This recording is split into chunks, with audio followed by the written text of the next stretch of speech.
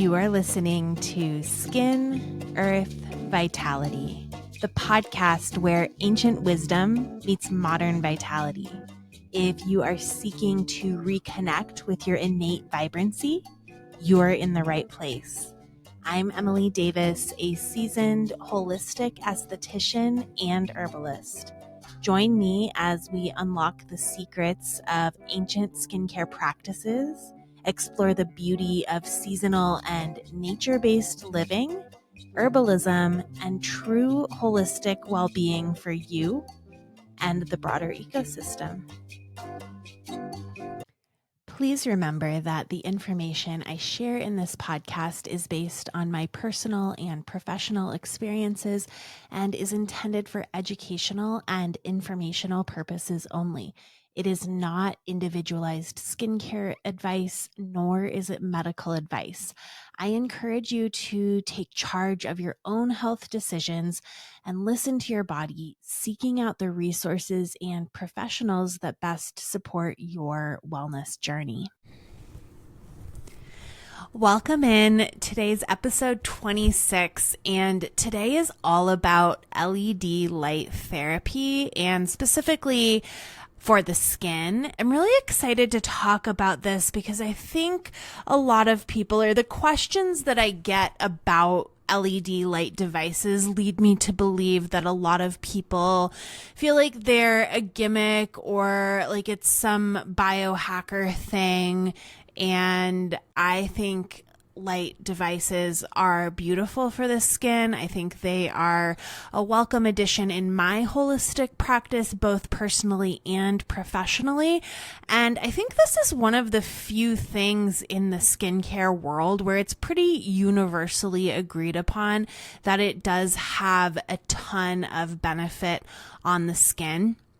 And the reason for that is because there are so many clinical studies. There are over 5,000 clinical studies that show positive effect from LED light therapy. So I'm really excited to talk about that and talk about, what it does for your skin, what the different lights mean. I want to talk about how you can shop for a device, and then also how to use the device after you purchase it. So LED stands for light emitting diode, which is a material that produces light when electricity passes through it. And what's really cool about LED is that it doesn't emit a ton of heat. And so this reduces risk of burns, making it really safe for application on the skin specifically. And it is so helpful for the skin because we actually have light receptors in our skin as well as in our eyes. And you may think that this is like a new science because it's just started to get really big on the internet. You cannot go a day on TikTok or on Instagram, or at least in my specific algorithm, without seeing an influencer or somebody sharing their Friday the 13th Jason mask that has red light emitting from it. But this is actually some pretty old school science. Of course, light from the sun has been regarded as sacred since the dawn of humanity, right? The Egyptians, in Greece, in India, the sun was revered as sacred, and for good reason, because the sun is our life force. It actually emits healing energy through light waves. And so that, of course, is a long ancestral knowledge that we've had for a long time. But coming up into the early 1900s, we see the first modern science applications of artificial light for therapeutic benefit. And in 1903, a physician named Niels Finsen actually received the Nobel Prize for his discovery that light is very beneficial for healing sores. He was working with lupus patients at the time, and The Nobel Prize is a big deal, right? It's like the highest form of recognition for contributions, and the selection process is incredibly rigorous. It's a really, really prestigious award, and so to be getting this for discovery in light therapy is pretty amazing.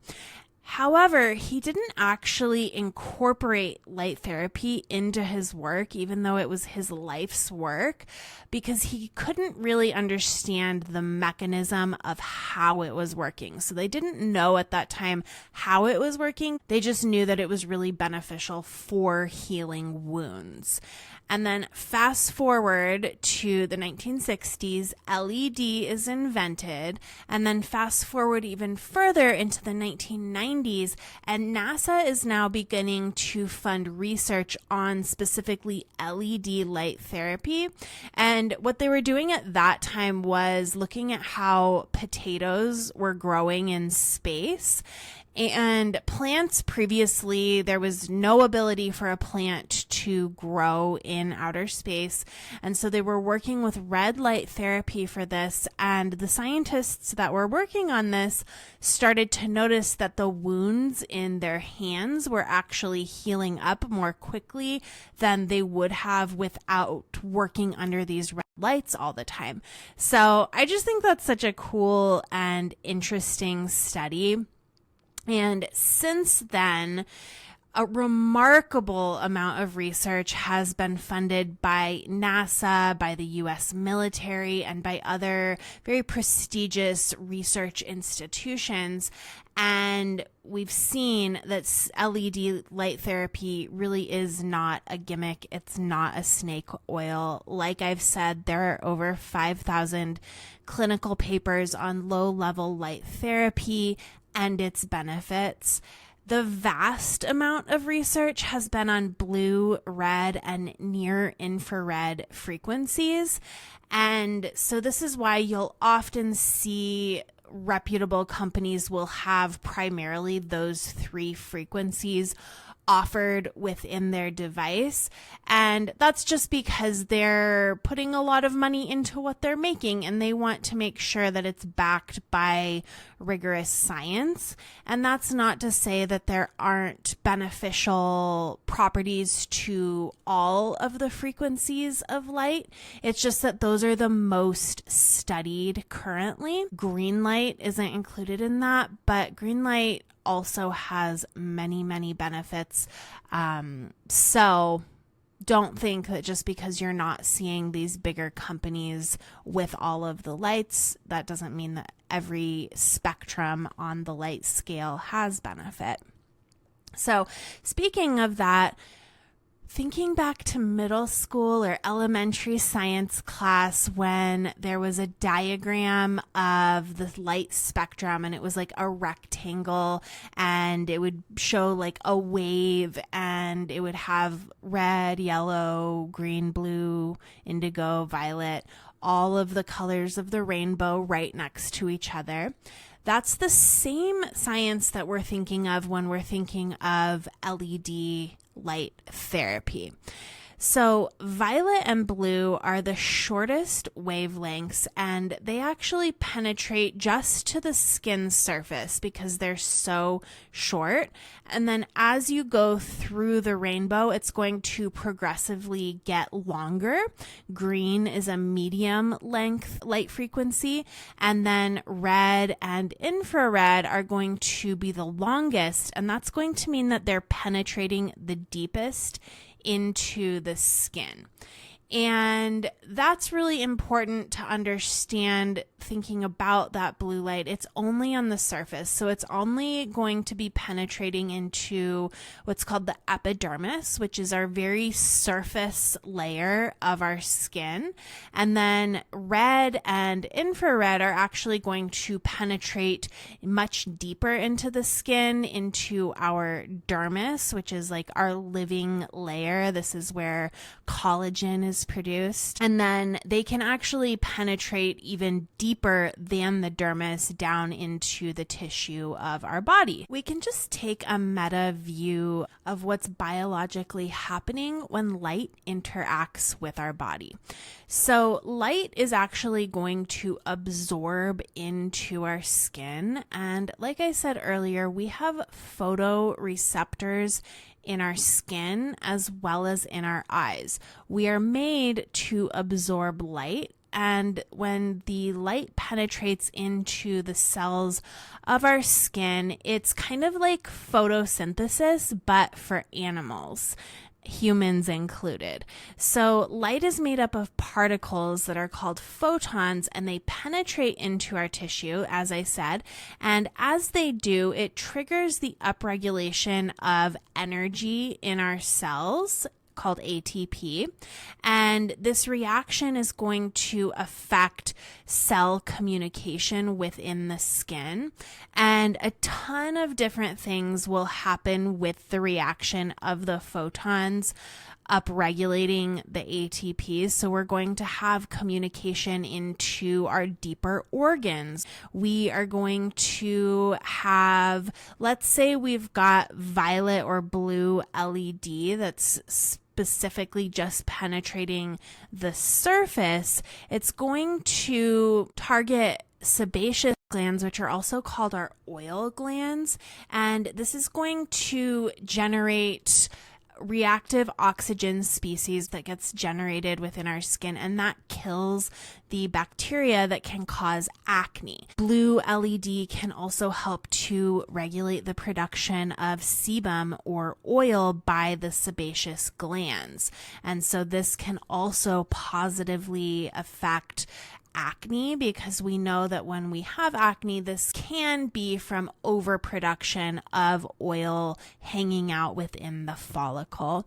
And then one thing that I also really love about blue LED for acne is that it's a non-invasive and it's a pretty well tolerated treatment. So where blue LED is typically in the range of about 400 to 495 nanometers, that's the unit of measurement that measures light wavelengths, red LED ranges from 630 to up to 700 nanometers, and it can penetrate the skin much more deep because it is a longer wavelength. So the reactions that are taking place with red LED when it penetrates the skin is fibroblast stimulation, and these are the cells that are going to help produce collagen and elastin.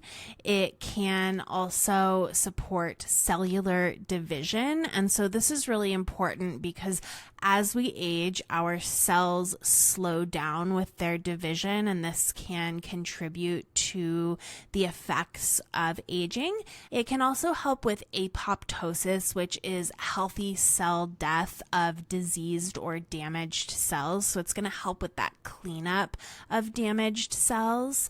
It can be very capillary supportive and strengthening because it causes vasodilation. Red light can also be really beneficial for reducing hyperpigmentation, as it can cause a reaction where macrophage cells actually help to reduce pigment hanging out in that area.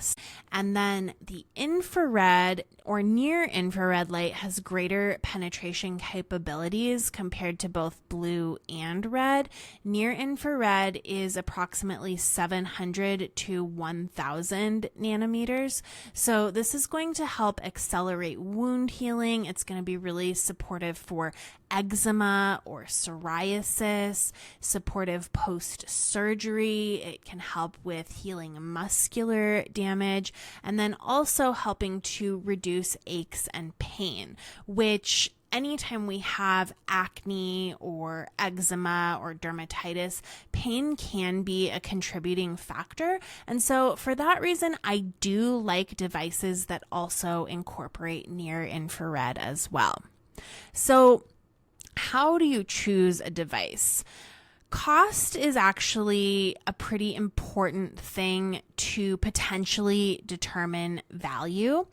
I've unfortunately learned this the hard way by purchasing cheap LED devices, and they don't really do anything. Also, FDA clearance can be important. With FDA clearance, it tells me that the company that has produced this device is willing to put their money where their mouth is. FDA clearance is pretty expensive to get.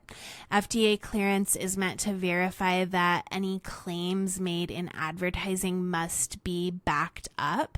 This is also a very time-consuming task, and so for those two reasons, it does make me feel that there is some clout behind the device.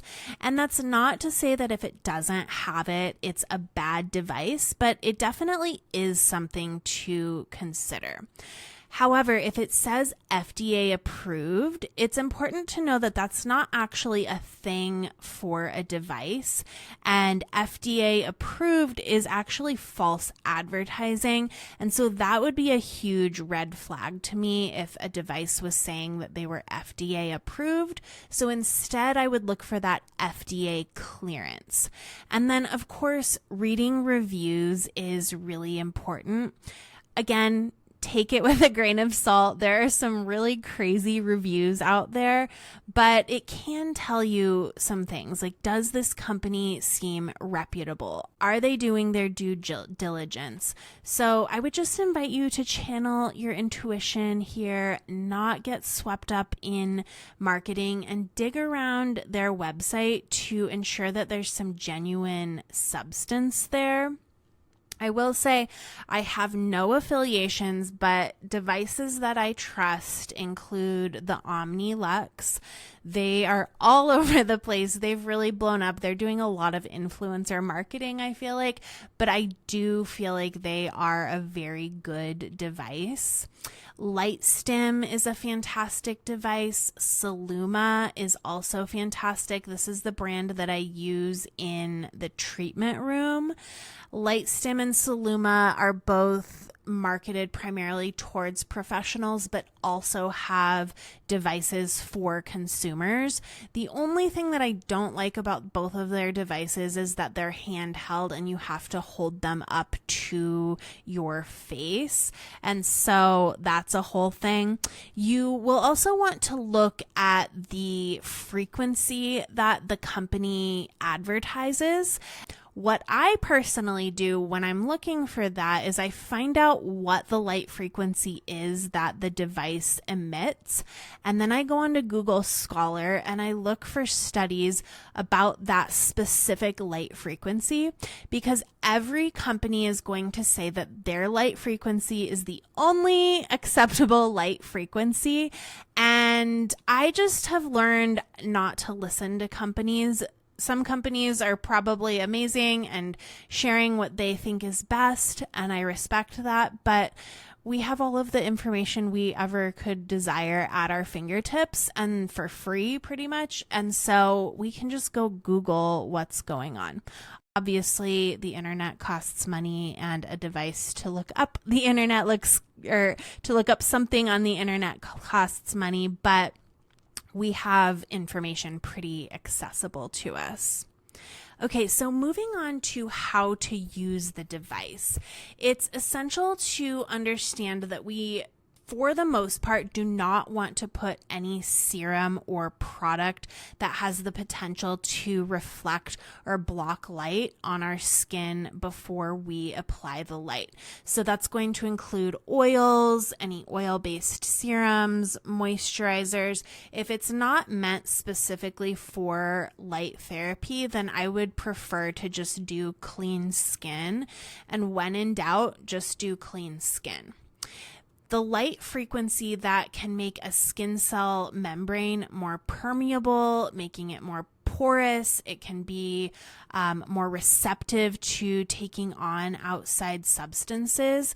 And so for this reason, I definitely never recommend applying any type of like a synthetic vitamin C prior, any type of a retinol, any acids. You definitely want to only have something that is specific for light therapy, and look at the ingredients if it is a serum, because again, we have all of the information we need from Google, and if the serum has some type of an active substance in it, I personally would not apply it to my skin prior to applying the light.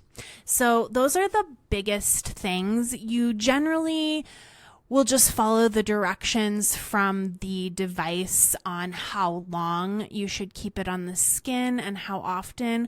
Once a day is fine. I probably wouldn't do more than once a day, but 3 times a week I think is a pretty appropriate frequency for most people. So I hope that this has been helpful. It's been really just a meta view of why LED is so beneficial, why I definitely recommend it, and I think that it has its place in a holistic skincare regimen. I'll be back next week, and until then, be well.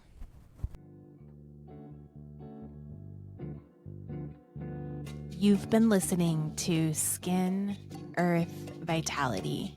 If you liked what you heard today, consider giving me a 5-star rating. It helps other people just like you find the show. You can shop products and find all of my offerings on my website, stratumaesthetics.com, and follow me on my social channels at Stratum Aesthetics.